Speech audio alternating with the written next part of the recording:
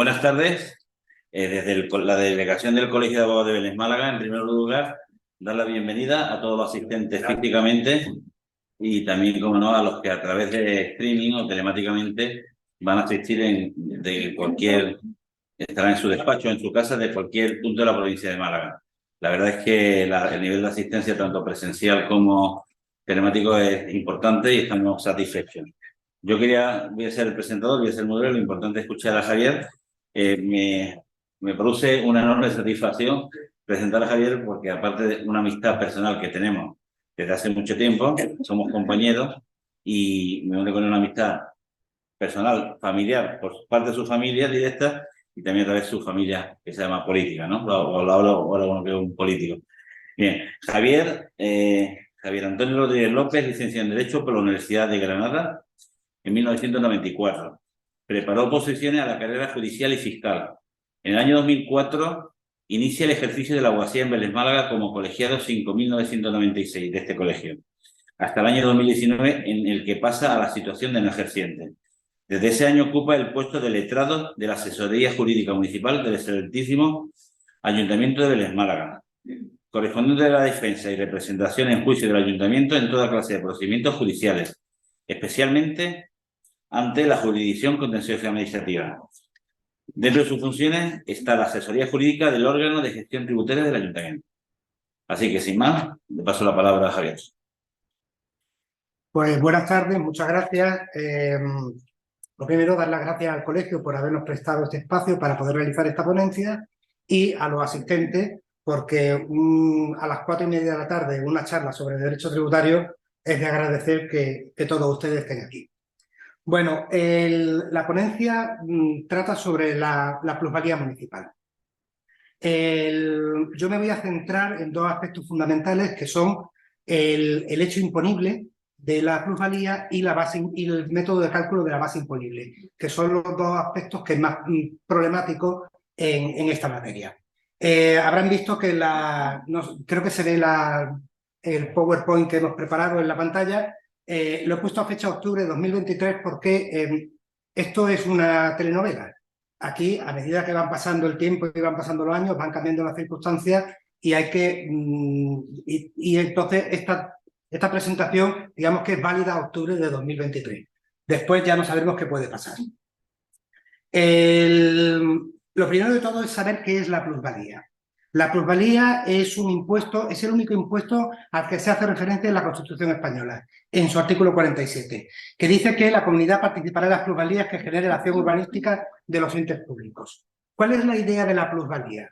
La idea de la plusvalía es cuando un señor tiene un terreno rústico y, como consecuencia de la actuación de las administraciones, ese terreno pasa a ser urbanizable o pasa a ser urbano, a ese señor se le genera un valor económico a ese terreno. Un terreno que valía X, ahora vale X por 10 o por 20 o por más.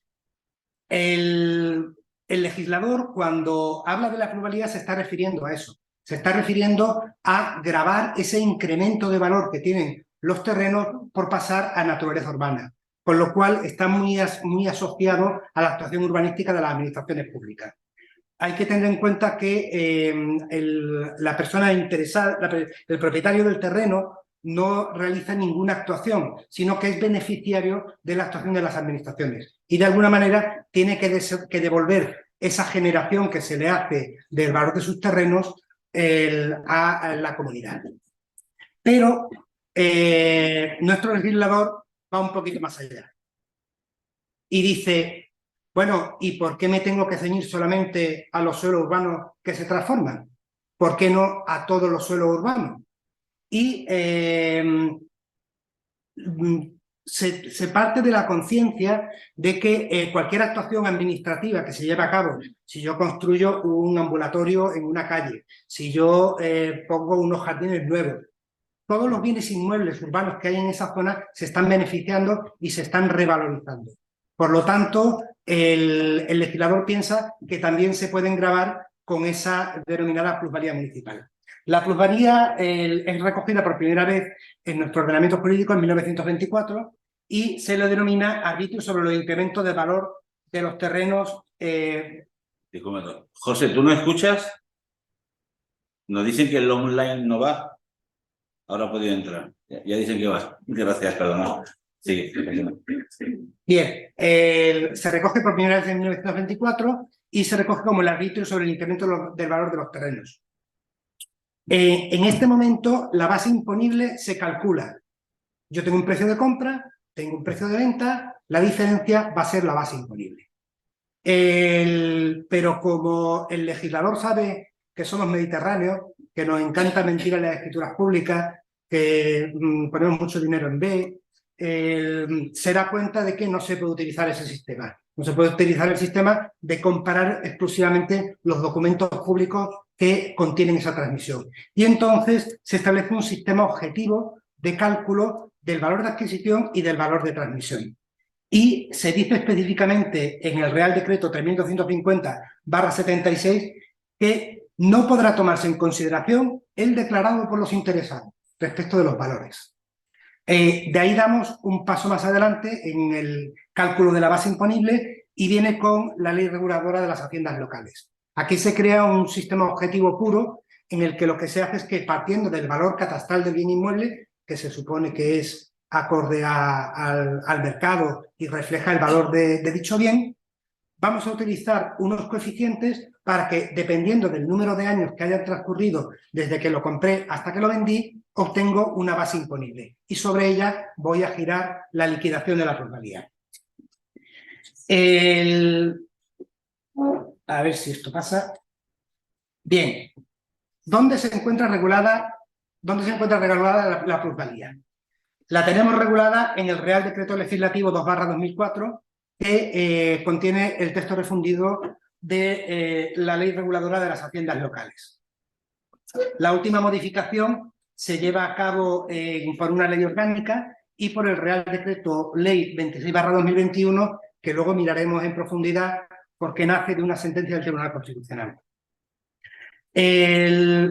Voy a intentar no detenerme mucho en los elementos del tributo, sino solamente en la parte más importante. Pero sí quiero puntualizar una cosa, porque esto, yo veo muchos recursos en materia de plusvalía o veo muchas demandas impugnando plusvalías y hay un error que se comete muy habitualmente por parte de los abogados o por parte de los interesados que presentan esos recursos. Y es, ¿cuál es la normativa reguladora de esta materia? Vamos a ver. La Ley General Tributaria, la 58/2003, establece en su disposición adicional cuarta que la normativa aplicable a los tributos y restantes ingresos de derecho público de las entidades locales en materia de recursos de reposición y reclamación económica administrativa será prevista en las disposiciones reguladoras de las haciendas locales. Entonces, nosotros tenemos siempre que primero acudir, cuando pretendemos impugnar una plusvalía, al texto refundido de la Ley de Haciendas Locales. Supletoriamente, o en todo lo que no esté previsto en el texto refundido de la Ley de Haciendas Locales, acudimos a la Ley General Tributaria, porque actúa de manera supletoria en todo lo que no esté regulado en el texto refundido. Muchísimas veces me encuentro con que se interponen recursos o se presentan demandas y se hace constantemente referencia a la Ley de Procedimiento Administrativo. Error. La normativa que se aplica es la Ley General Tributaria. Y solamente en aquello que no esté regulado por la Ley General Tributaria aplicaremos supletoriamente la Ley de Procedimiento Administrativo. Y así lo establece el artículo 7.2 de la propia Ley General Tributaria. Y por último, el propio texto refundido de la Ley de Haciendas Locales, cuando regula aquellos impuestos que son potestativos, es decir, que no son obligatorios, sino que el ayuntamiento puede o no puede establecerlo, dice que sus principales aspectos sustantivos se regularán por la ordenanza fiscal. Así que tendremos que acudir a esa prelación de fuentes. Texto refundido, Ley General Tributaria, ordenanza fiscal y la Ley de Procedimiento Administrativo. Siguiendo con el orden, principales elementos del impuesto. El hecho imponible. El hecho imponible, según dice el propio artículo 104 del texto refundido de la Ley de Haciendas Locales, dice que el impuesto sobre el incremento del valor de los terrenos de naturaleza urbana es un tributo directo que grava el incremento de valor que experimenten dichos terrenos y se ponga de manifiesto a consecuencia de la transmisión de la propiedad de los terrenos por cualquier título o de la constitución o transmisión de cualquier derecho real de goce limitativo del dominio sobre los referidos terrenos. Así pues, como definidores del derecho imponible tenemos, en primer lugar, se tiene que tratar de un bien de carácter urbano. En segundo lugar, tiene que haber una transmisión de ese bien, porque ese va a ser el momento en el que se va a mostrar la capacidad económica de la persona en esa transmisión, y tiene que haber un incremento del valor de dichos terrenos. Digamos que esos son los tres ejes sobre los que pivota el hecho imponible y que son los que van a definir si existe o no existe impuesto. En la presentación, que luego facilitaré al colegio para que se pueda compartir, porque vienen muchos datos, viene más especificado los supuestos de no sujeción, los supuestos de exención, etcétera, pero creo que es más interesante que nos centremos, como he dicho antes, tanto en el hecho imponible como en la determinación de la base imponible.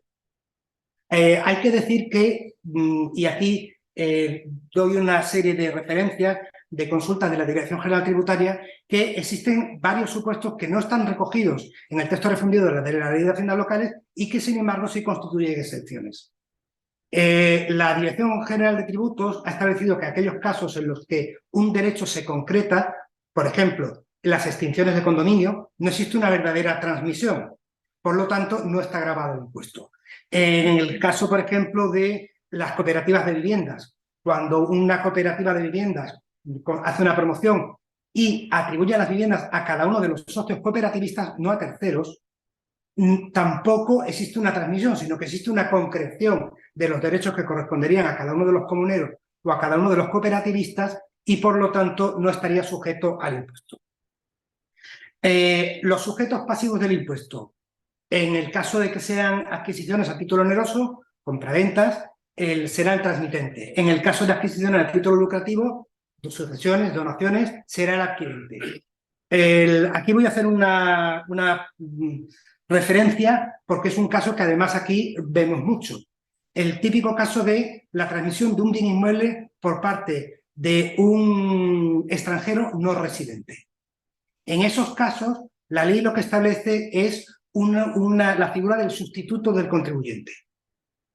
La plusvalía pasa a pagarla no el transmitente, sino el adquirente, pero lo hace en sustitución de ese sujeto pasivo. Y el artículo 36 de la Ley General Tributaria va a permitir que ese sustituto del contribuyente le cobre la plusvalía que va a pagar al transmitente.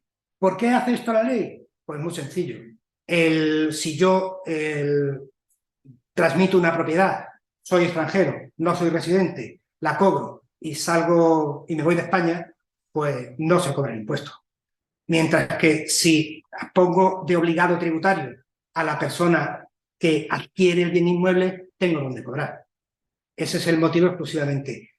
Como regla general, la mayoría de los compañeros lo que suelen hacer en estos casos es que solicitan una autoliquidación al ayuntamiento. Oiga, ¿cuánto me cuesta a mí la plusvalía de esto? Pues cuesta X. Y lo que hago es que cuando hago la escritura pública se lo detraigo del precio. Con lo cual, el adquirente se está recuperando ese dinero que paga en nombre del transmitente. Otra de las menciones que quiero hacer, porque esta ponencia un poco va destinada a Vélez Málaga, es que cuando se aprobó la modificación del texto refundido de la Ley de Haciendas Locales en el año 2021, se estableció un tipo máximo el que luego los ayuntamientos podían reducir si querían. Ese tipo máximo se estableció en un 30%. En la ordenanza fiscal del Ayuntamiento de Vélez se transpone ese coeficiente máximo y es el que se recoge. Pero está aprobada la reducción de ese coeficiente en el término municipal de Vélez Málaga por publicación en el Boletín Oficial de la Provincia de 21 de septiembre de 2023. Está todavía en periodo de exposición pública, no se ha aprobado definitivamente, pero se reducirá al 29%. Otra de las materias que me gustaría tocar es el tema de la gestión del impuesto. Ya hemos dicho que el texto refundido de la Ley de Haciendas Locales establece que la gestión del impuesto, sus pormenores, se fijarán en la ordenanza fiscal. El Ayuntamiento de Vélez Málaga ha optado por un doble sistema para llevar a cabo las plusvalías, que son el sistema de declaración-liquidación y el sistema de autoliquidación. También encontramos muchísima confusión cuando se presentan recursos o cuando se impugnan plusvalías por no saber diferenciar ambos sistemas. En el sistema de declaración-liquidación, el sujeto pasivo lo que hace es que coge su escritura pública, se va a la OAC, buenos días, mire usted, he vendido esto y quiero que me liquiden la plusvalía y me hagan el cambio de titular del catastro. El ayuntamiento recoge esa escritura, hace los cálculos de esa liquidación y notifica un acto administrativo. Esto es muy importante. Con esa notificación estamos notificando un acto administrativo y estamos dando un pie de recurso. El recurso de reposición que se encuentra regulado en el artículo 14 del texto refundido de la Ley de Haciendas Locales. Hay un mes para interponer ese recurso. Y si la liquidación pasa a ser firme, luego va a ser muy difícil conseguir anularla. ¿Cuál es el otro sistema? El otro sistema es el sistema de autoliquidación. El sistema de autoliquidación es el sistema que nosotros hacemos todos los años cada vez que hacemos la declaración de la renta o cuando se hacen las trimestrales y el IVA que hacen todos los abogados. Yo hago los cálculos, relleno un formulario y le pago a Hacienda según los cálculos que yo he realizado. Como el cálculo de la plusvalía es más complejo, el ayuntamiento asiste a la persona a la hora de hacer esa autoliquidación, le ayuda a confeccionar el modelo y se abona directamente la autoliquidación cuando se recibe por... el sujeto la recibe la autoliquidación, se va al banco y la paga. Igual que hacemos con el IRPF. Bien, una autoliquidación no es un acto administrativo. No hay una autoridad administrativa que haya dicho esto está bien o esto está mal, sino que es una declaración de voluntad del sujeto pasivo que hace ante la administración y con lo que la administración tendrá derecho es a verificar si los cálculos que ha hecho ese señor son o no son correctos. Y aquí es donde se produce la principal diferencia. Las autoliquidaciones, todo contribuyente tiene un plazo de 4 años para solicitar la rectificación de la autoliquidación. Si me he equivocado al hacer mi autoliquidación, yo tengo un plazo de 4 años para solicitar la rectificación. No recurrirla, no pedir la nulidad. Es que no es un acto administrativo. La única vía que tengo, el artículo 120.3 de la Ley General Tributaria, es solicitar la rectificación de dicha autoliquidación. Bien, una vez hemos visto un poco lo que son los principales elementos del impuesto, volvemos a lo que hemos dicho antes. La plusvalía considera que los bienes inmuebles siempre van a estar aumentando el valor. Es muy propio de nuestra cultura invertir en ladrillo, si tú compras un piso nunca le vas a perder dinero, porque siempre se va a revalorizar, etc. Hasta que llegó el año 2008. En el año 2008 se produce la caída del boom inmobiliario, los precios se desploman y lo que no había pasado nunca, que un bien inmueble que yo había comprado por 200.000 euros, de pronto intento venderlo y me dan 100.000. Entonces hubo alguien que se planteó, oiga, si el hecho imponible de la plusvalía es el incremento de valor de los terrenos de naturaleza urbana y yo no he tenido incremento de valor, ¿tengo que seguir pagando el impuesto? Esto se plantea en primer lugar con las normas forales de Guipúzcoa y Álava y el Tribunal Constitucional dicta 2 sentencias en las que declara la inconstitucionalidad de los preceptos que regulan la plusvalía. Ahora veremos con más detalle cómo.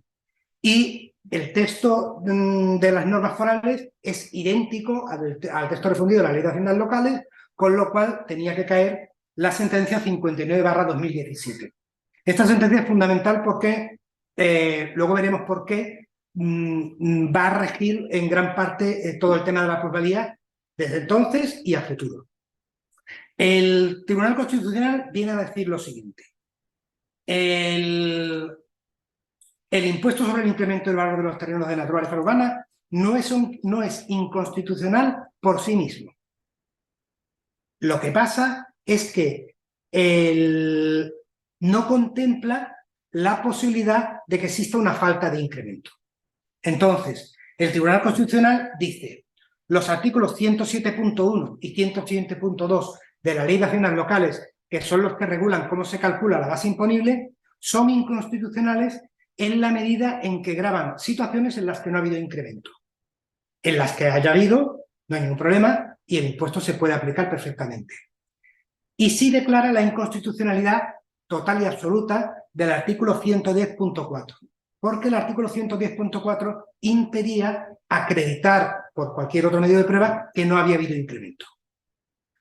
Y esto es la primera vez que lo dice el Tribunal Constitucional y luego se va a hinchar de repetirlo, que solamente corresponde al legislador establecer la fórmula de cálculo de la base imponible de forma que se respete el principio de capacidad económica.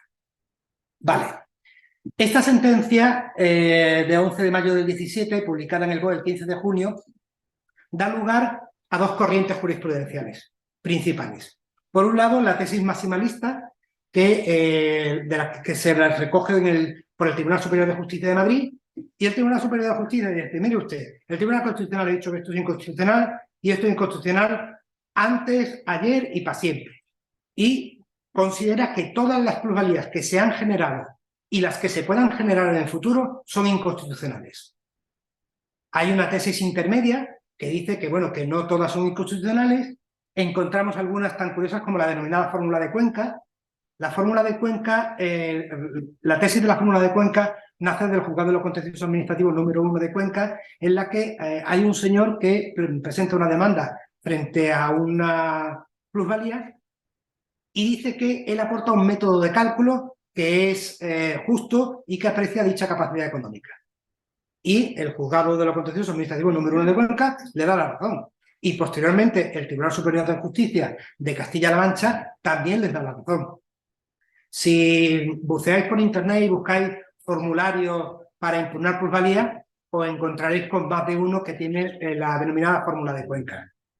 Bueno, para poner paz en esta materia, el Tribunal Supremo dicta la sentencia 1163/2018, en la que lo que hace es interpretar la sentencia del Tribunal Constitucional debido a la disparidad de criterios que utilizaban los distintos tribunales superiores de justicia.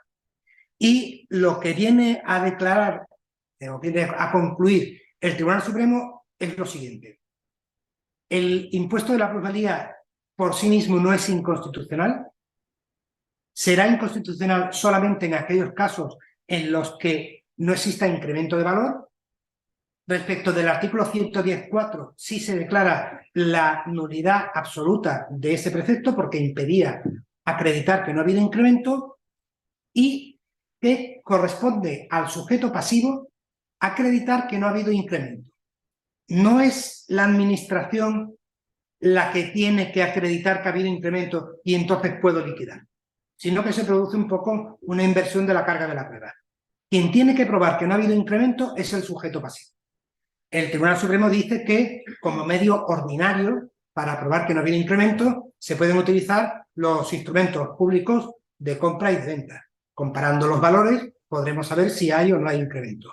Pero también se puede acudir a cualquiera de los medios de prueba que contempla la Ley General Tributaria y se puede también acudir a un informe pericial.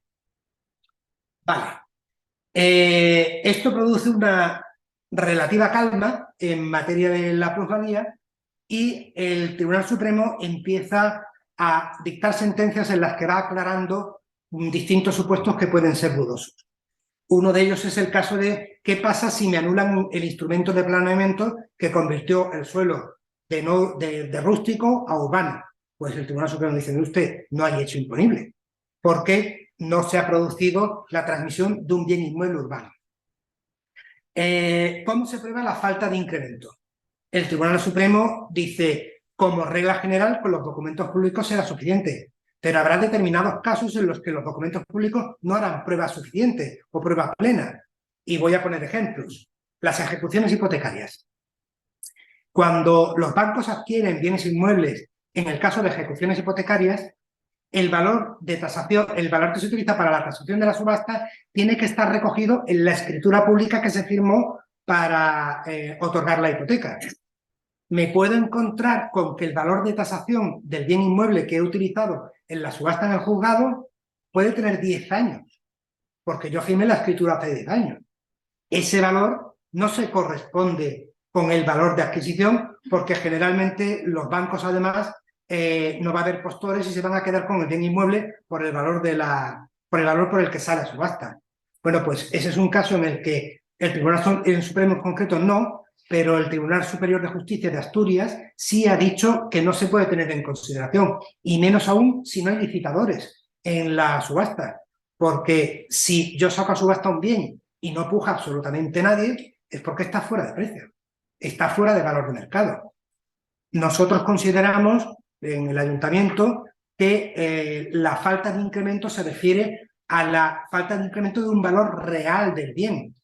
Si yo hago una compra-venta de un bien inmueble por €1, es perfectamente válida y el notario me puede otorgar la escritura, pero que venga contenido en un instrumento público que el precio de compra es €1 no significa que ese sea el valor del bien. Entonces, habrá veces que habrá que tomar ciertas reservas a la hora de analizar los documentos públicos que contengan esos títulos de adquisición y transmisión. El caso, por ejemplo, de los arrendamientos financieros. Cuando una persona que adquiere un bien mediante un leasing, ¿qué se tiene que valorar? ¿Cuál es el valor de adquisición? ¿La cantidad final que paga porque el resto ha sido alquiler? No. El Tribunal Supremo dice el valor de adquisición será la suma de todas las cantidades que la persona haya pagado al banco para obtener al final la propiedad del bien inmueble.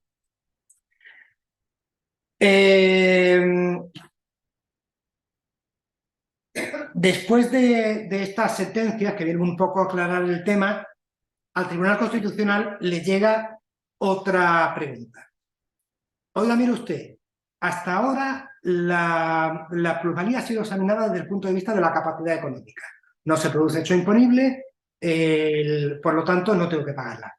Pero, ¿qué pasa con el principio de no confiscatoriedad?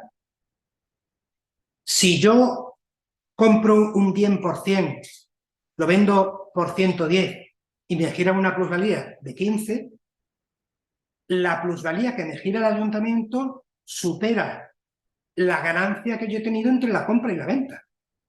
Bueno, pues el Tribunal Constitucional analiza ese supuesto en la sentencia 126/2019 y declara que también son inconstitucionales, aunque haya habido incremento, aquellos casos en que la cuota del impuesto supera la ganancia obtenida en el caso de la transmisión. Bueno, después de esto nos encontramos ya con la última sentencia del Tribunal Constitucional, que es la sentencia 182/21. Aquí se me olvida decir que en la sentencia de 2019 el Tribunal Constitucional volvió a decir: es el legislador el único que puede establecer un sistema por el cual se pueda liquidar correctamente la plusvalía. Bueno, pues en la sentencia 182/21 de 26 de octubre, el Tribunal Constitucional ya pone pie en pared y dice: hasta aquí hemos llegado. Ya no es que los artículos 107, 101, 107.1, 107.2a y 107.4 del texto refundido de la Ley de Haciendas Locales sean inconstitucionales solo en aquellos casos en los que se produzca la plusvalía y no exista incremento. El Tribunal Constitucional dice: son inconstitucionales y punto. En todos los casos, siempre. Y los expulsa del ordenamiento jurídico como expulsó el artículo 110. Y lo dice muy claramente cuando dice que esto crea un vacío normativo que impide la determinación de la base imponible e impide la liquidación, comprobación, recaudación y revisión de este tributo local. Se produce una expulsión total de esos artículos del texto refundido. Lo que pasa es que el Tribunal Constitucional, consciente de que esto iba a producir un tsunami, matiza y establece unos límites a esa declaración de inconstitucionalidad.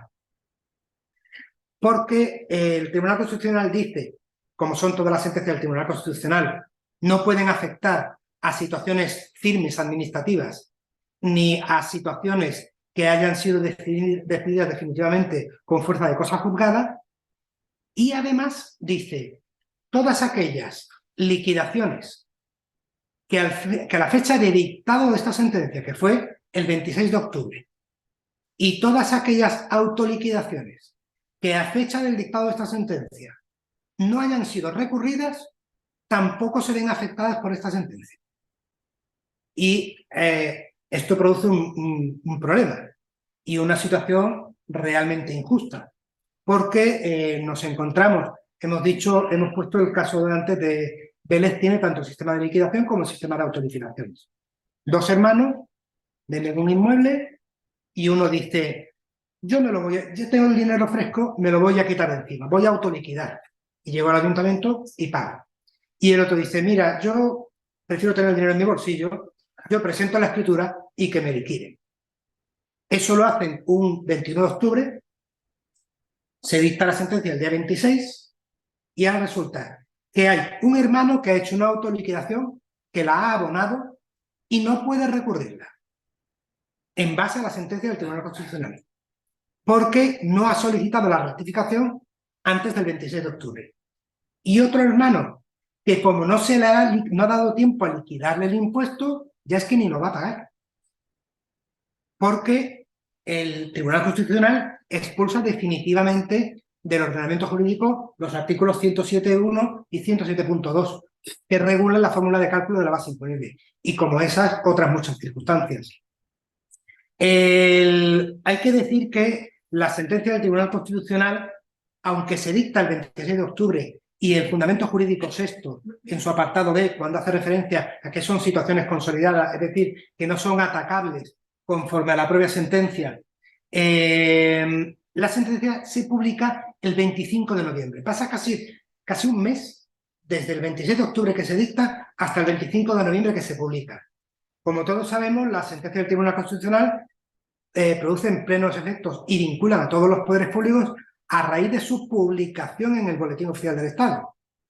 Entonces, hemos tenido una guerra con los juzgados para saber si alguien que interponía un recurso de reposición antes del 25 de noviembre podía o no podía hacerlo. Si alguien solicitaba una rectificación de una autoliquidación antes del 25 de noviembre, podía o no podía hacerlo.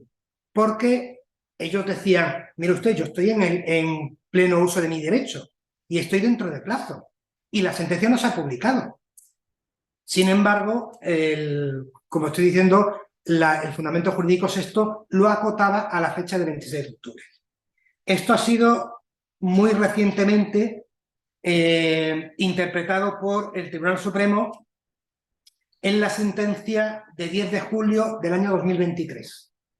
Que posteriormente se ha reiterado el 12, el 14 y creo recordar que el 20 de julio. Y dice, no, mire usted, el fallo del Tribunal Constitucional es muy claro. Todo lo que no esté impugnado a fecha 26 de octubre no es atacable con fundamento en la sentencia del Tribunal Constitucional. ¿Se ha cortado? O sea,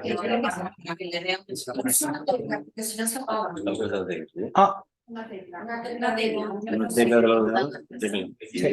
No es la tecla. Tiene que dar con la tecla. ¿Ya? ¿Arreglado? ¿Se ve? Le está dando. Estoy dando.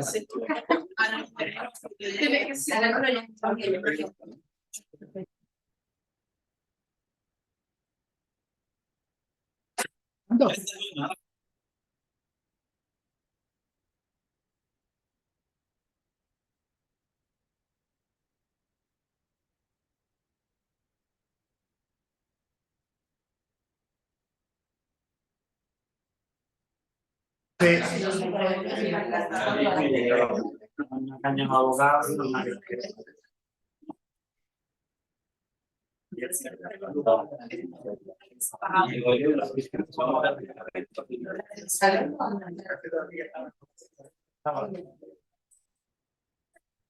Gracias.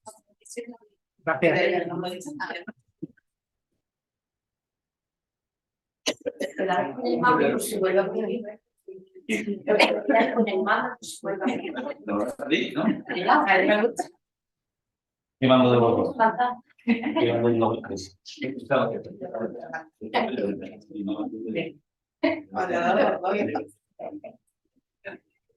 Venga, seguimos. Bien, entonces habíamos dicho que el Tribunal Supremo interpreta que hay que acudir al tenor literal del fundamento jurídico sexto de la sentencia del Tribunal Constitucional.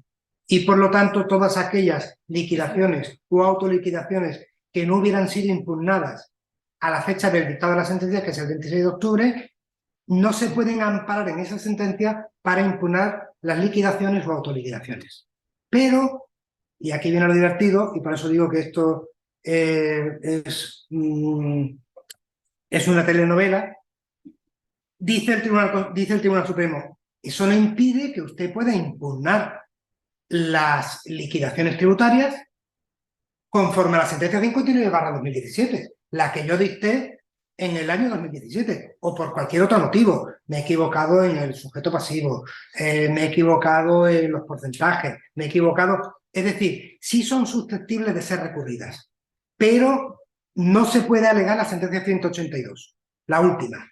Se podrá alegar la jurisprudencia anterior y, por lo tanto, yo podré acreditar que no he tenido incremento y solicitar la anulación de la liquidación o solicitar la rectificación de la autoliquidación. Y luego hay otra sentencia, esta es de un año antes, del 26 de julio de 2022, que dice lo siguiente: como el Tribunal Constitucional ha expulsado del ordenamiento jurídico los preceptos que regulan cómo se calcula la base imponible y lo ha ceñido a aquellas liquidaciones que o no hubieran sido impugnadas o no fueran firmes, todas las liquidaciones y autoliquidaciones que no sean firmes son nulas. Me voy a explicar. Si yo he recurrido una liquidación en mis plazos con mis recursos de reposición, luego he ido al contencioso administrativo, el juzgado de la contencioso número 2 me ha señalado la vista para dentro de 4 años, y la he recurrido porque el color de la letra no me gustaba, es nula, porque nunca ha llegado a adquirir firmeza. Si la he recurrido por un motivo, pues no sé, por un error en el sujeto pasivo, es nula. Todas aquellas liquidaciones o autoliquidaciones que hayan sido impugnadas en tiempo y forma y llegan a los juzgados tienen obligación de anularlas. Y dice: debemos declarar como doctrina de interés casacional que en un caso como el examinado, en el que la liquidación tributaria ha sido impugnada tempestivamente, no cabe calificar de una situación consolidada que impida la aplicación de efectos declarados en la sentencia 182/21 de 26 de octubre, que declara la inconstitucionalidad y nulidad de los artículos 107.1, 107.2 y 107.4.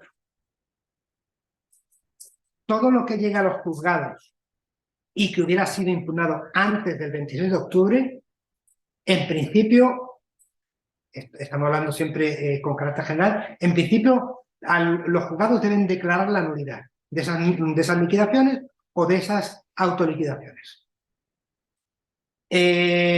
Bueno, ya hemos dicho que llega la sentencia del Tribunal Constitucional, la 182/21, se carga el sistema de cálculo de la base imponible, los ayuntamientos ya no pueden liquidar plusvalías, pero este aquí que el legislador, el año 2021, desde el año 2017, unos pocos de años después de que el Tribunal Constitucional por primera vez le tirara la oreja, dicta el Real Decreto Ley 26/2021 y establece un nuevo método de cálculo de la base imponible.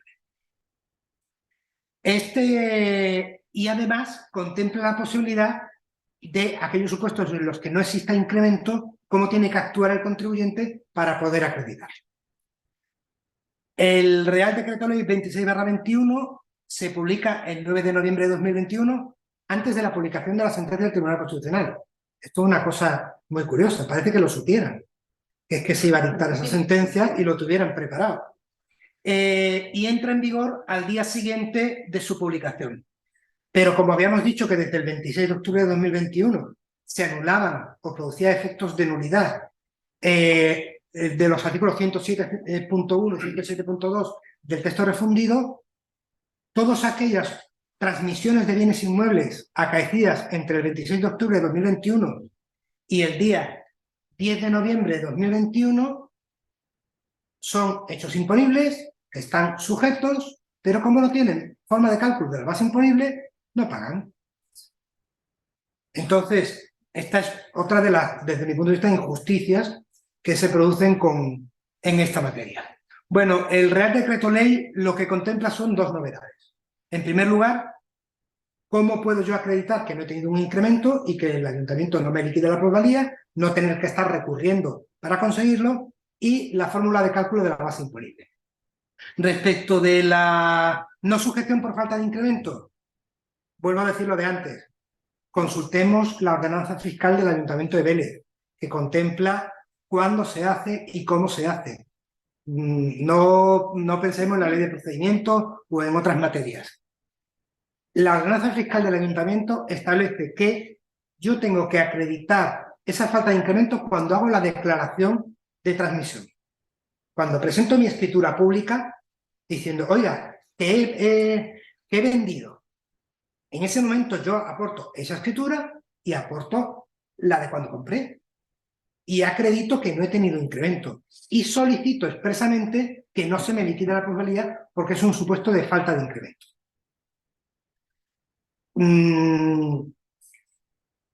Llegará el problema de quien ha declarado, no, es que a mí se me ha pasado, le notifico la liquidación, interpongo recurso de reposición y ahora es cuando aporto la escritura por la que compré, mire usted que es que no ha habido incremento.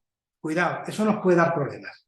Es mejor hacerlo bien y llevar a cabo las declaraciones aportando todos los títulos y todos los documentos y así evitar problemas posteriores. La ley establece una serie de supuestos particulares en esta materia y son los siguientes. Como el legislador, como ya he dicho, no se fía de nosotros y sabe que mentimos mucho en las escrituras y más en las escrituras de aceptación y adjudicación de herencia porque están exentas hasta una cantidad altísima, por lo tanto puedo poner los valores que me dé la gana, dice que el valor consignado en el título, en este caso la escritura de aceptación y adjudicación, no es el válido. El válido es el declarado en el impuesto de sucesiones y donaciones o el comprobado por la administración. En el caso de que yo aporte dos títulos y diga, mire usted, no he tenido incremento, no puedo tener en cuenta ni gastos ni impuestos. Si yo le compro un inmueble a una promotora y pago mi IVA, luego a la hora de compararlo con el momento en que vendo, tengo que quitarle el IVA. Solamente puedo comparar las dos bases imponibles. No puedo, porque no son valores homogéneos, ¿vale? Uno está incrementado.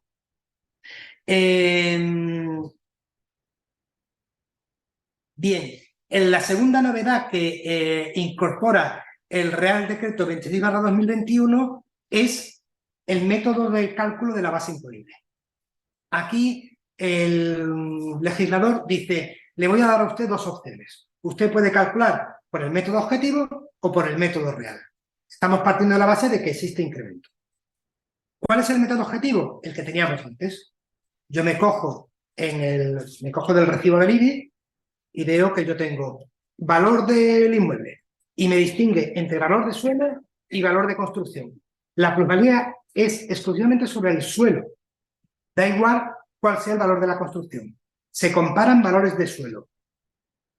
Y a ese valor de suelo, dependiendo del número de años que hayan pasado desde que lo compré hasta que lo transmito, se le aplican unos coeficientes que vienen establecidos en la ley y sobre esos coeficientes, aplicándolos, me van a dar la base imponible. A la base imponible le aplico el tipo, que en este caso es un 30%, hasta que se modifique y tendré la cuota. ¿Cuál es el otro método? Es el denominado método real. En el método real lo que hago es que comparo, para hallar la base imponible, me cojo el valor del suelo de cuando compré, el valor del suelo de cuando vendí, hago una resta, me dará una cantidad y esa es la base imponible. Para aclarar esto, hay que decir que el legislador prevé que siempre se aplicará el método más favorable al contribuyente. Si yo solicito que me apliquen el método real y resulta que el objetivo me es más favorable, el ayuntamiento me va a aplicar automáticamente el que me salga más favorable. Yo he preparado un pequeño ejemplo para que se vea, para que se entienda la diferencia entre el método de cálculo. Partimos de un bien inmueble que se adquiere el 10 de enero de 2015 por 95.000 euros, se transmite el 1 de octubre de 2023 por 130.000 euros y que tiene un valor catastral de 120.000 euros. El valor en el recibo SDI que hemos dicho, me viene un valor del suelo, que son 70.000, y un valor de construcción, que son 50.000.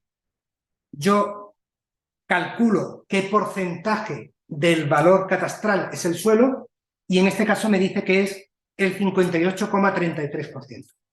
¿Vale? Bien, pues ahora vamos a calcular la plusvalía. Me voy al método objetivo.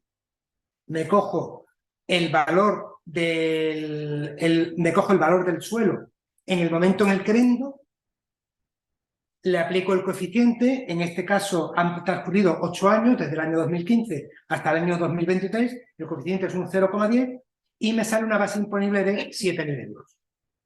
Sobre esos 7.000 euros, luego aplicaré el 30% y me saldrá la cuota que tengo que pagar. Me voy al método real. Con el método real lo que hago es que cojo el valor de adquisición, que fueron 95.000 euros, el valor de transmisión, que fueron 130.000 euros, y a cada uno le hallo el valor del suelo. Como hemos dicho antes, el valor del suelo en el momento de la venta es el 58% del valor total del inmueble. Entonces, calculo el 58,33% del valor de adquisición, el 58,33% del valor de transmisión, y me va a dar alguna resta y me dice que la base imponible son 20.415,50. El ayuntamiento me aplicará la base imponible del método objetivo porque me es más favorable. Y con esto he terminado. Un aplauso. Ahora viene un turno de preguntas, las que queráis, y bueno, dentro de un margen que tengamos, que Javier nos quiera aclarar. Así que, por favor, Santi, cuando tú quieras. No, una pregunta, Javier, gracias. Juan, ¿el IPC no se computa No, en el efecto de plusvalía? no. También hay... Es que es imposible meter todas las jurisprudencias del Tribunal Supremo. Desde el año 2018 hasta el año 2023 se han presentado tantísimas demandas y se han dictado tantos recursos de casación con situaciones muy diversas, y una de ellas precisamente es la del IPC. Y el Tribunal Supremo lo que dice es que es el valor en el momento de adquisición y el valor de transmisión. Yo no puedo actualizar valores para compararlos. Para compararlos. Injusto total, pero bueno. ¿Vale? El 58,33%, el que es el valor del suelo conforme al valor catastral. ¿Y ese mismo 58 se lo aplica al método real? Vamos a ver, lo que yo hago es que la plusvalía hemos dicho que lo que grava es el incremento del valor de los terrenos. Si yo, como regla general, yo voy a vender en una escritura pública, si vendo un piso, yo voy a vender por el piso. Yo no voy a distinguir en la escritura esto es de construcción y esto es de suelo, sino que pongo un precio unitario. Ahora, ¿cómo sé cuál es el valor del suelo? Pues me voy al recibo del IBI.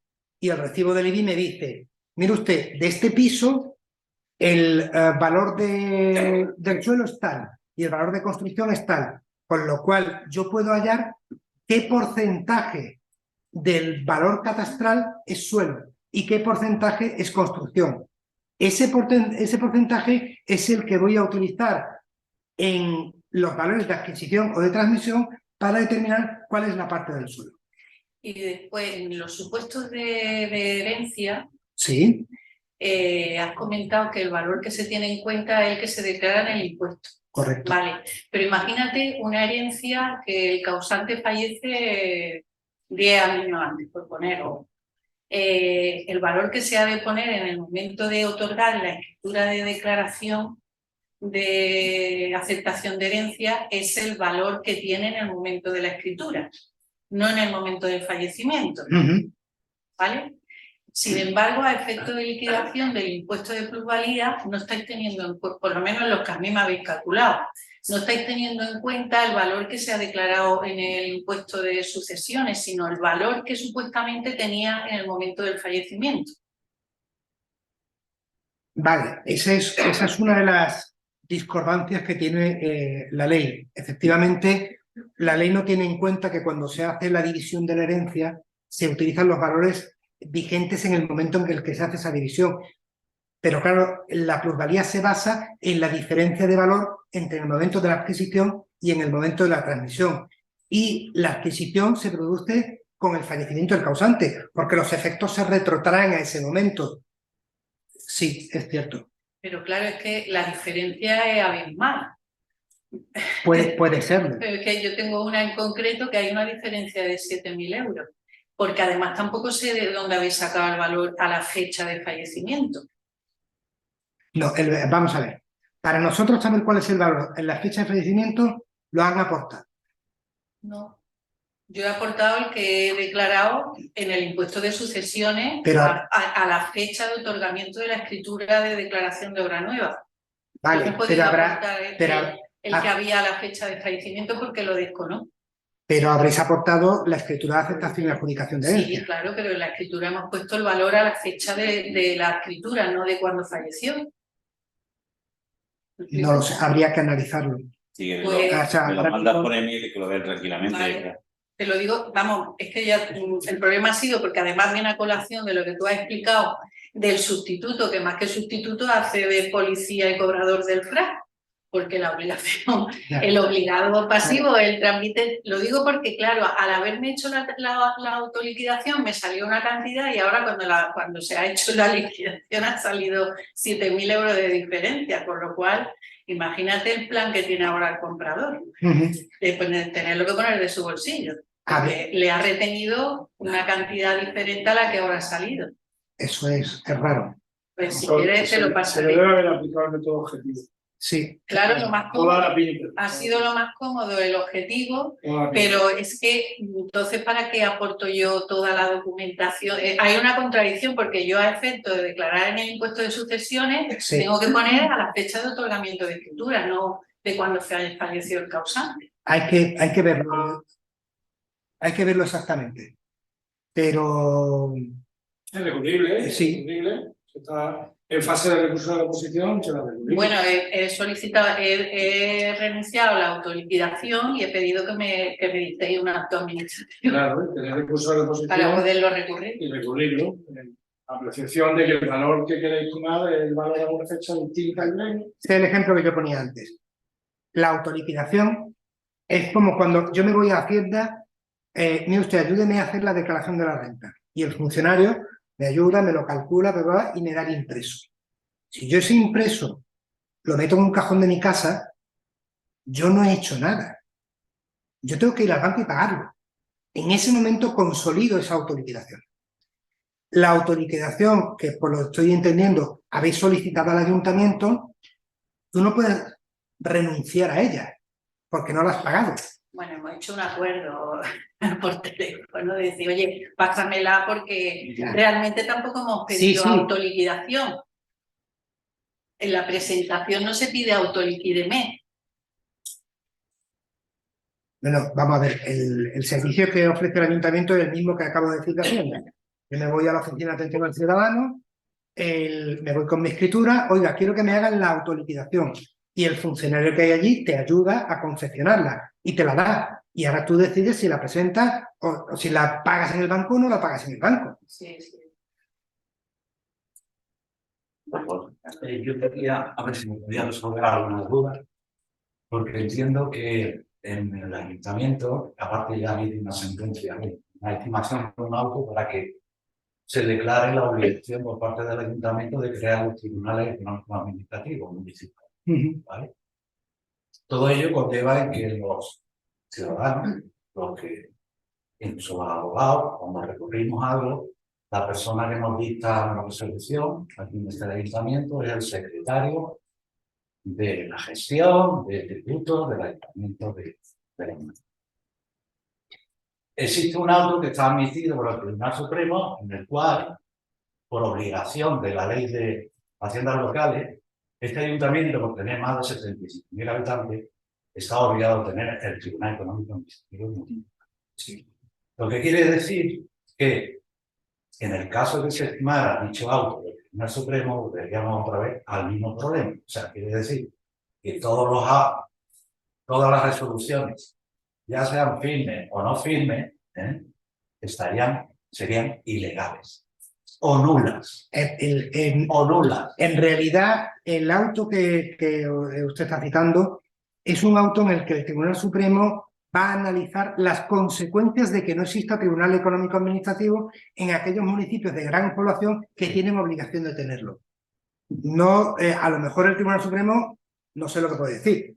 Y luego dirá que por seguridad jurídica de los contribuyentes, no de los ayuntamientos, porque conllevaría a la devolución de todos los impuestos que se han cobrado ilegalmente desde hace 20 años, sí, desde la ley de régimen local, porque lo dicen en todas las sentencias, diciendo al legislador que tienen que ustedes que legislar sobre esto. Y han tardado 20 años. Y mientras tanto los ayuntamientos han estado resolviendo los recursos, tanto por las, ¿cómo se dice?, las declaraciones ilegales de los artículos de la ley de régimen local, diciendo de que vaya usted a recurrir al contencioso administrativo, lo que conlleva un gasto para los ciudadanos. Mientras que existiendo el Tribunal Económico Administrativo local, municipal, tendría que ir al Tribunal Económico Central. No, error. No, vamos a ver, el mecanismo es el siguiente. Es lo mismo, el costo siempre es superior para el contribuyente. A mí me han remitido a un recurso de reposición que me deniega por no acreditar, entre comillas, que ha existido un incremento de valor cuando se ha aportado los gastos de notaría, los gastos de transmisión, todos los gastos que además está reconocido por la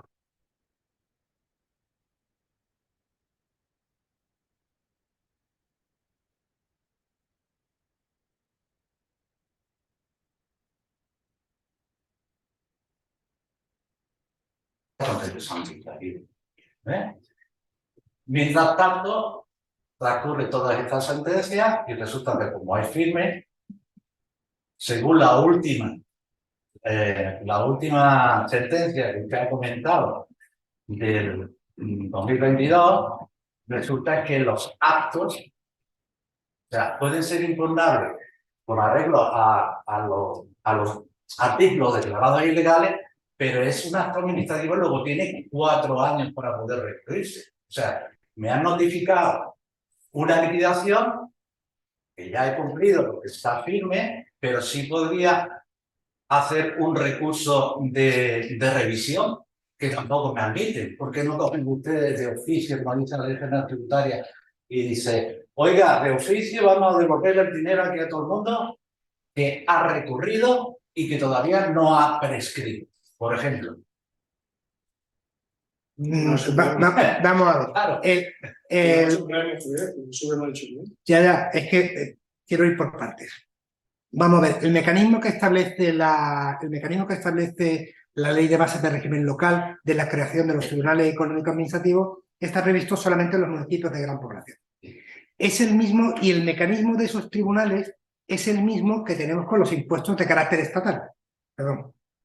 Cuando a mí Hacienda me notifica una liquidación y yo no estoy de acuerdo, yo tengo 2 opciones. La primera opción es interponer recurso de reposición y la segunda opción es irme al TEARA, que es ese Tribunal Económico Administrativo. También puedo interponer primero el recurso de reposición y si me lo desestiman, irme al TEARA. Y después del TEARA ya me puedo ir, en este caso es al TSJ, al Tribunal Superior de Justicia de Andalucía. En el caso de los municipios de gran población, el Tribunal Económico Administrativo es un tribunal económico local. Se nombra, lo organiza el ayuntamiento y el ayuntamiento dispone de un órgano independiente que se supone que debe de velar por la aplicación de la ley y el mecanismo es idéntico al anterior. reposición o tribunal, o reposición y tribunal. Y después siempre, por el principio de tutela judicial efectiva, tengo derecho a acceso a los tribunales. Estamos diciendo, yo voy a defender aquí a mi ayuntamiento. Si estamos diciendo que en aquellos municipios que no tienen tribunal económico administrativo, Benabocarra, Rincón de la Victoria, todos los que nos rodean, no, estoy hablando de aquellos que no tienen obligación de tenerlo. ¿Existe una merma de derechos respecto de aquellos ciudadanos que pertenecen a Vélez? Pues yo creo que no. Sí, porque tienen que ir al contencioso. Y el contencioso necesita abogado, procurador. Igual que el ciudadano que al Tribunal Económico Administrativo, si lo hubiera de Vélez Málaga, se lo niegue, tiene que acudir al contencioso. Pero también que tenga el económico administrativo, pero no es necesario ¿cómo se llama? La audiencia de abogado y procurador. O sea, que ya supone unos gastos. Independientemente de eso, una cosa que sí quiero aclarar, y porque es que además lo he mencionado antes, cuando comparo los precios, no puedo nunca incluir los gastos. Ni gastos de urbanización, ni gastos de compraventa, ni de... Hay sentencias del Tribunal Supremo que sí lo admiten.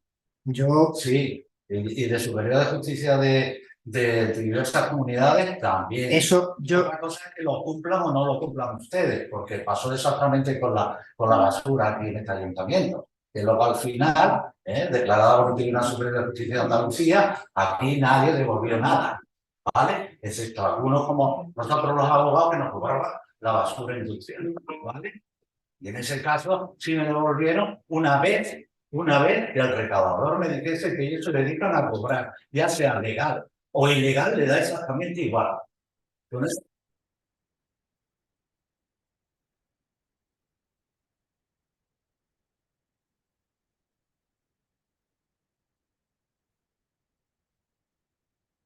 aparte luego voy al ayuntamiento de Vélez Málaga para que me devuelva el dinero y me dicen que no tienen dinero. Eso, que en realidad eran 3.000 millones, no, perdón, 3 millones de euros que tenían que devolver y no había dinero para devolver. Pero lo mismo le ha pasado al caso de Ipanema, exactamente igual. Es que este ayuntamiento tiene la fama de ser el más el más confiscador. Bueno, si no le importa, tenemos siete preguntas pendientes y si no nos vamos a tirar aquí todo el rato hablando de lo mismo. Es para hacer una pregunta, vaya, no sé si están las 7 antes o... No, vamos, como lo organicen... Sobre el inicio de la charla, sobre el hecho imponible, en un caso, a ver, quiero su opinión, a ver cómo lo ves, sobre un tema de una plusvalía. El supuesto es el siguiente, digamos que una persona física entra en un concurso de acreedores y tiene un inmueble urbano que queda afecto ya al concurso y bajo la tutela del administrador concursal. Vale, este señor, digamos, entra en el concurso en el año 2012, fallece en el 2000.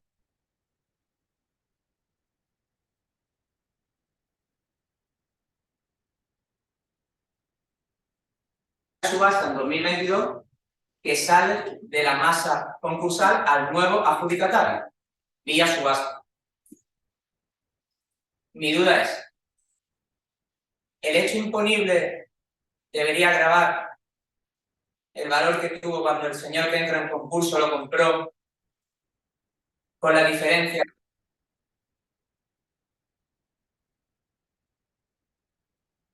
¿O por el hecho de fallecer se ha producido ya el hecho imponible? Aunque realmente no pase a la herencia yacente porque no tiene ninguna facultad de administración. Hay un paso que me falta. Cuando una persona fallece, quien le suceden son sus herederos. Sí. ¿Y no hay herederos? Hay herederos. Pero bien, no ahí es donde se produce la transmisión. La transmisión, los valores a comparar son en el momento en que este señor adquirió el bien y cuando fallece y se transmite a sus herederos y después hay una subasta después de eso.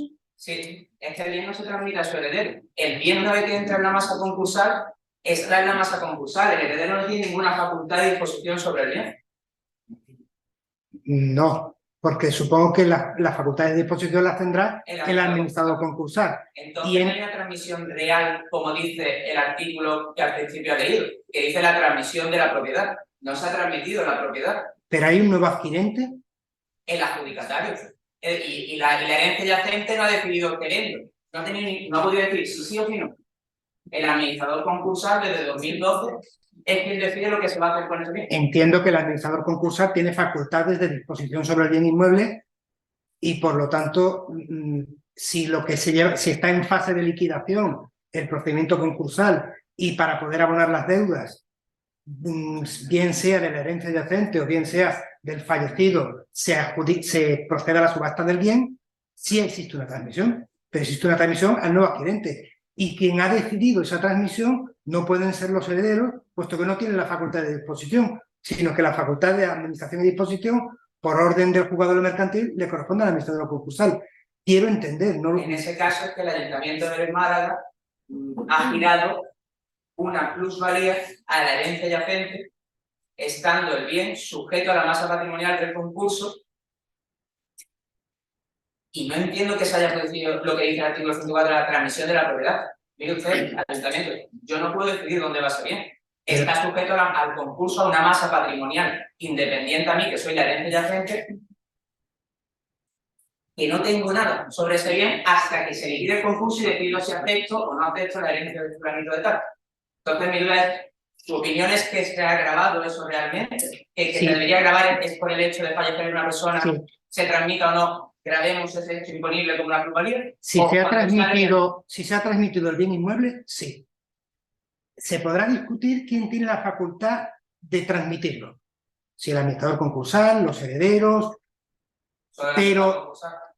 pero si se ha producido una transmisión, se produce el hecho imponible. Pongo el ejemplo que he puesto antes, las ejecuciones hipotecarias. No creo yo que nadie le guste que le subasten su bien inmueble para el pago de deudas. Exacto, una subasta, Pero por supuesto que en las ejecuciones hipotecarias existe una transmisión, claro, no hay duda. Exacto, pero la de 2022 yo, cuando el nuevo cliente se queda al bien, yo no tengo ninguna duda de que había una transmisión. Mi duda es, ¿se produjo cuando fallece en 2015, cuando esa persona, el concursado persona física, fallece? No, se produce con la subasta. Se produce con la subasta. Claro. Pero, Sí, eso. pero es un supuesto de laboratorio que hay que verlo, analizarlo con documentación y tranquilamente. Pues yo te pregunto, ¿es un concurso de personas físicas? Sí, ¿no? Entró en concursos la persona física y su sociedad por separado. Son dos concursos por separado, pero que creo que yo es que aparecido, yo no soy abogado desde antes de 2017, tal, es un tema que acá en un familiar mío, fallece, tal, y yo empiezo a verlo ahora. De hecho, no nos enteramos hasta hace un mes, o menos de un mes, que Patronato dice, oye, que yo tengo aquí una plusvalía de una herencia de acciones. Es que ese supuesto, como bien dice Javier, como confluyen normas de un impuesto Sí, de de plusvalía San Papel y y tal. unas normas de concursal. Yo soy administrador concursal e incluso yo el asunto tendría un poco hasta que ya lo sé, que te preguntas, que es un supuesto real, es complicado. O sea, Yo lo sé. De pues hecho, si quieres lo dejamos y yo, si tú me das tu nombre, yo lo hablo dentro de los círculos que tengo societarios y concursales y te intentamos aclararlo. yo estoy en contacto con la administrador concursal, de hecho ahora estamos detrás del expediente administrativo que está siendo una locura que no lo sé. Vale, Estamos en yo el- no sé si va a haber alguna pregunta más. Sí quería aclarar. Primero hay que decir que Javier ha venido a dar la ponencia, su charla, sobre todo quiero decirlo a los letrados que estamos aquí, y bueno, como es compañero, normalmente estas ponencias, pues a los que vienen reciben una pequeña retribución, es decir, Javier al decir que era para compañeros me dijo que él no iba a cobrar nada. Eso es lo primero que quería agradecerle como, o sea, como encargado, es decir, como el responsable de formación del colegio, agradecerle eso. Y también quiere decir que Javier, esta ponencia también la va a ofrecer a todos los que hemos asistido a la ponencia. Los que somos letrados, pues la recibiremos porque el colegio automáticamente cogerá nuestro nombre y tendrá el email. Entonces yo ya a través de alguien del ayuntamiento, como estamos aquí personas que son del ayuntamiento, pues ya con alguien yo, cuando él me pase la ponencia, le daré a alguien. Tendréis que dar vuestro email, pero ya alguien os lo pedirá, como tenemos su nombre, y todo el que quiera recibirla, pues la recibirá también. ¿Hay más preguntas o damos por terminado la ponencia de plusvalía por parte de Javier? Pues ninguna pregunta más, ¿no? Pablo, ¿tú quieres decir algo? Yo tenía una, es compleja, ¿eh? Es como la de este muchacho que habéis planteado. A ver, yo le quiero, a ver, muy breve, porque es un caso que acabo de ver. ¿Qué prueba necesita el ayuntamiento para acreditar la toma de posesión de un bien de un contrato privado del año 86, creo recordar, que se eleva público hoy y ha fallecido uno de los testigos del mismo? Entonces, lo he visto que se pide la toma de posesión por la teoría del título y el modo, y es un tema muy interesante, ¿no? Pero, digo, ¿qué necesita el ayuntamiento para tener una prueba, un ADN, una dactilar?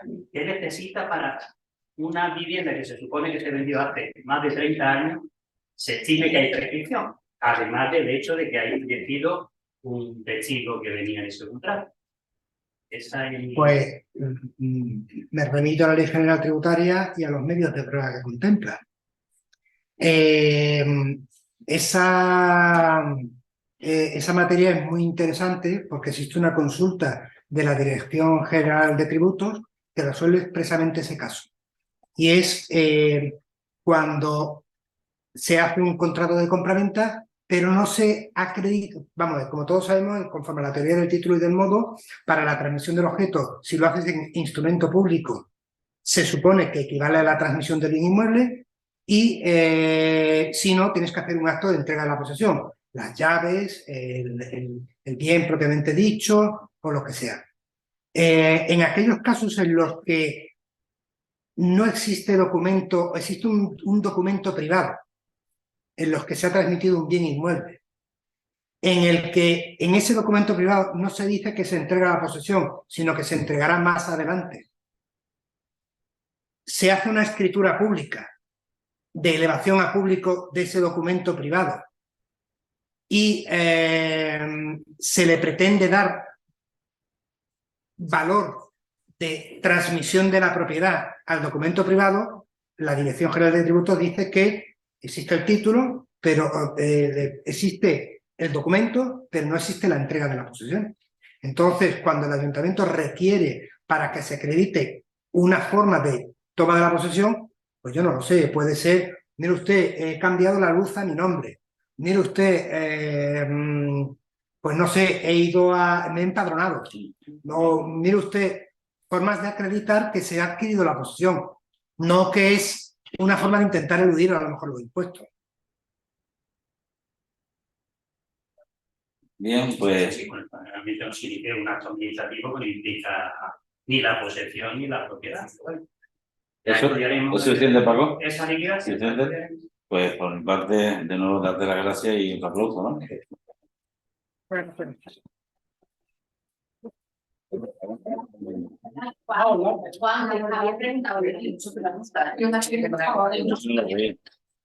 Sí, había preguntas online. Y seguimos online. José, ¿seguimos online? Contestar alguna cosilla que la gente me está. Es que yo no me he dado cuenta. ¿Y seguimos online? Sí, ¿no? Perdona, pues entonces, claro. Javier, ¿te las leo yo o las puedes leer? Sí, las leo yo por aquí. Aquí preguntan cómo se calcula la plusvalía para el caso de transmisión de varios inmuebles, vivienda y garaje, si en la escritura de compra no se desglosaron los valores. Buena pregunta.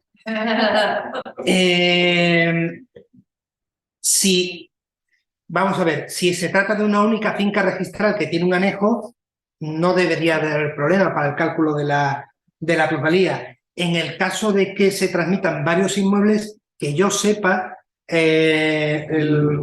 no sé si es la ley del notariado o el reglamento, establece que se tienen que dar valores individuales para cada uno de ellos. Entonces, creo que se trata más bien de un supuesto de un inmueble con un anejo que además tendrá una única referencia catastral y por lo tanto no debe dar problemas para el cálculo de la plusvalía. Para que le doy yo la otra, Teodoro Sánchez pregunta. Las felicidades por la conferencia, dice, si ya se paga en el IRPF el incremento patrimonial en una transmisión, ¿el impuesto de plusvalía supone una duplicidad? Según la...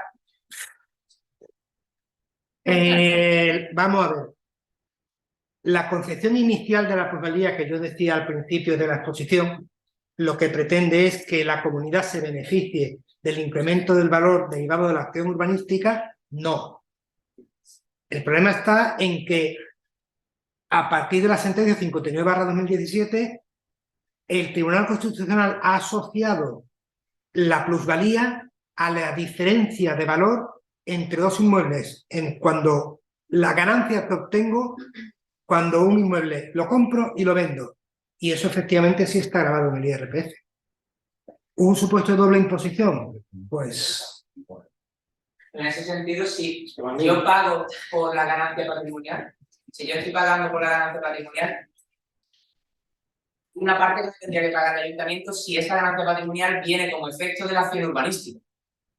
O le paga, es decir, usted ha dicho que la plusvalía viene de la acción urbanística. La idea, no, he dicho que la idea original cuando se crea el espíritu, la esencia del impuesto. Efectivamente, es ese. Si el espíritu es ese, es como decirle, el ayuntamiento, oye, págueme que gracias a mí su bien vale más.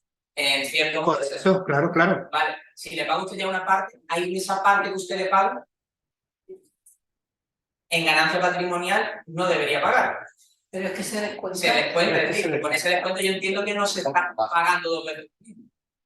Porque en el momento que te descuento la parte que he pagado de plusvalía, ya no está viendo esa duplicidad.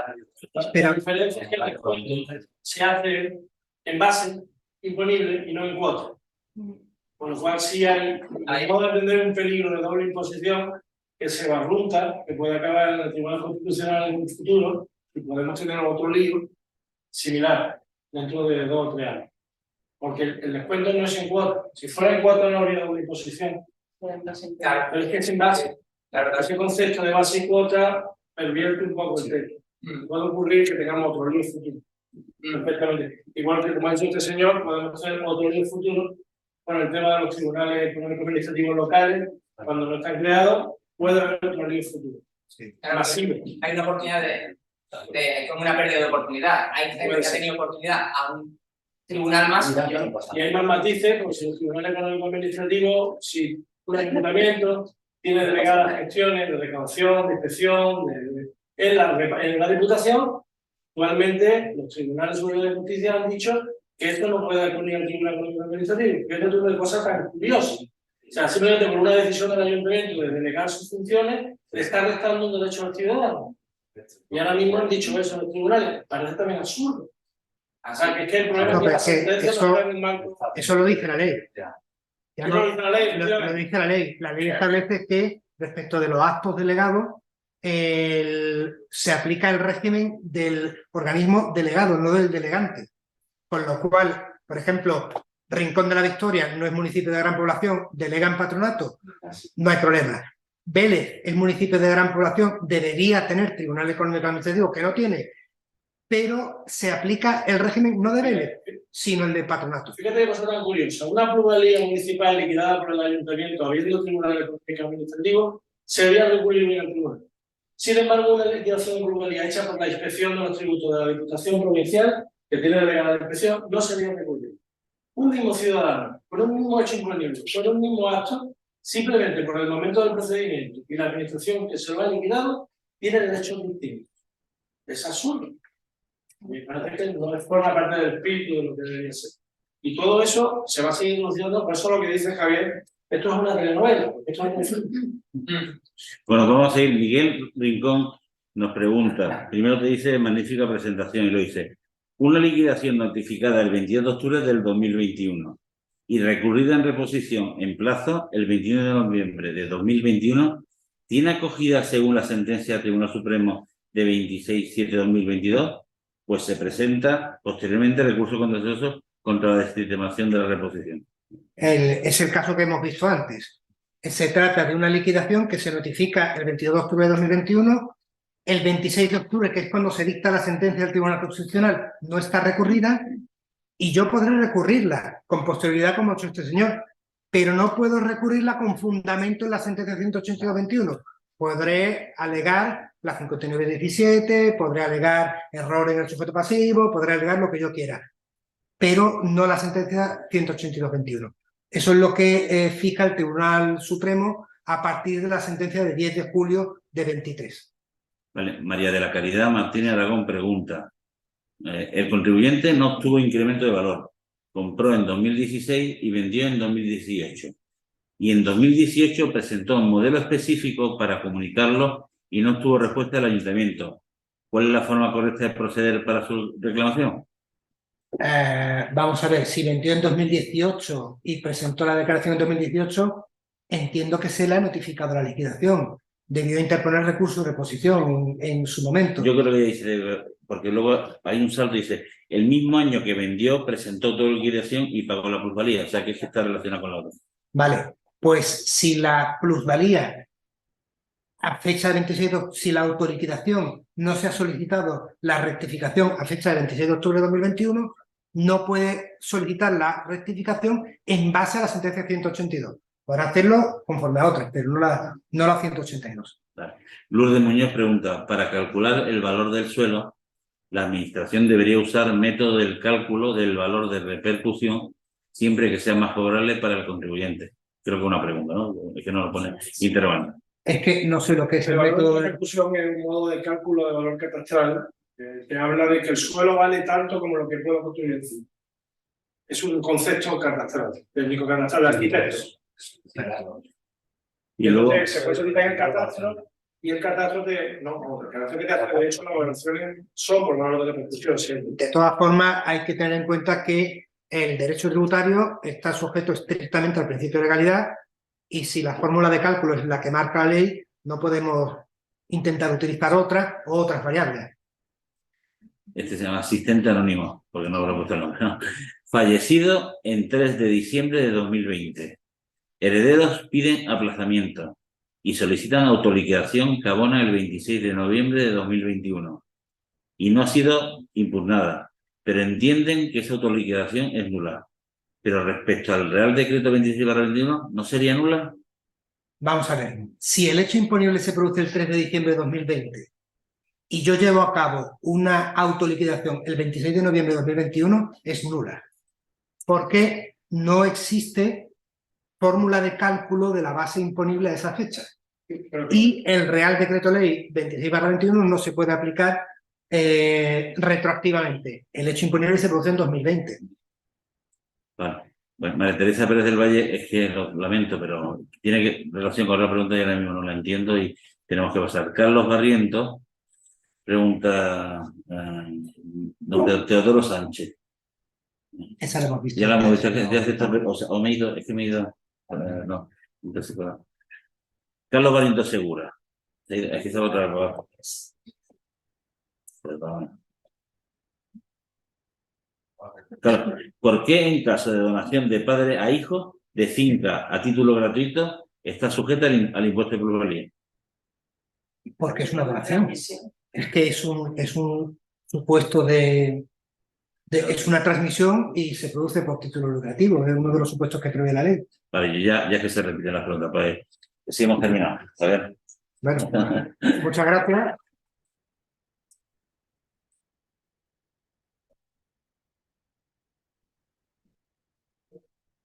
¿Alguien lo ha preguntado el PowerPoint? Bueno, ya lo has dicho tú, ¿no? Sí. Se va a poner a disposición de... rápido que tengo recursos suficientes. Que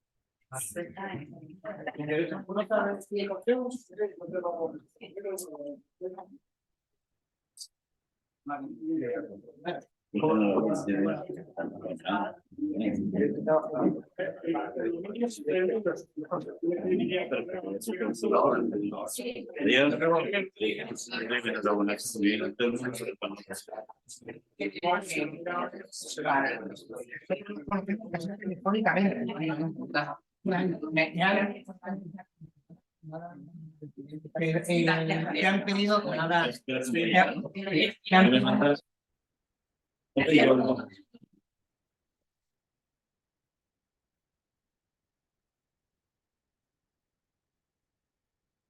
Que han pedido el expediente administrativo al patronato, porque es el que identifica la petición, y se le ha mandado un oficio diciéndole que se le ha trasladado la petición al patronato para que le dé la foto.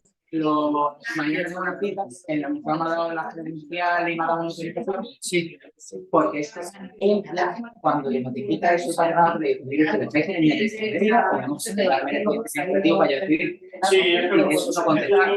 Por eso critica al ayuntamiento. Ya el ayuntamiento en la de su notificación.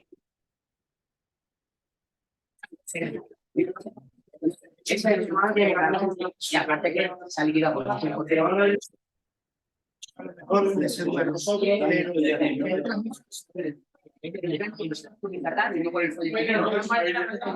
no, por eso, lo que pasa es que también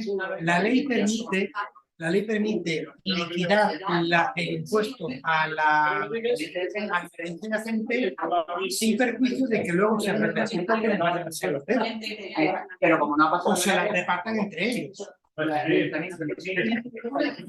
Y dice, herencia de la plusvalía, pero el bien no llega. Se vende por Es que el ayuntamiento es un requerimiento que no contesta. Y por eso muy bien, pero esto está en herencia. Es con la copia de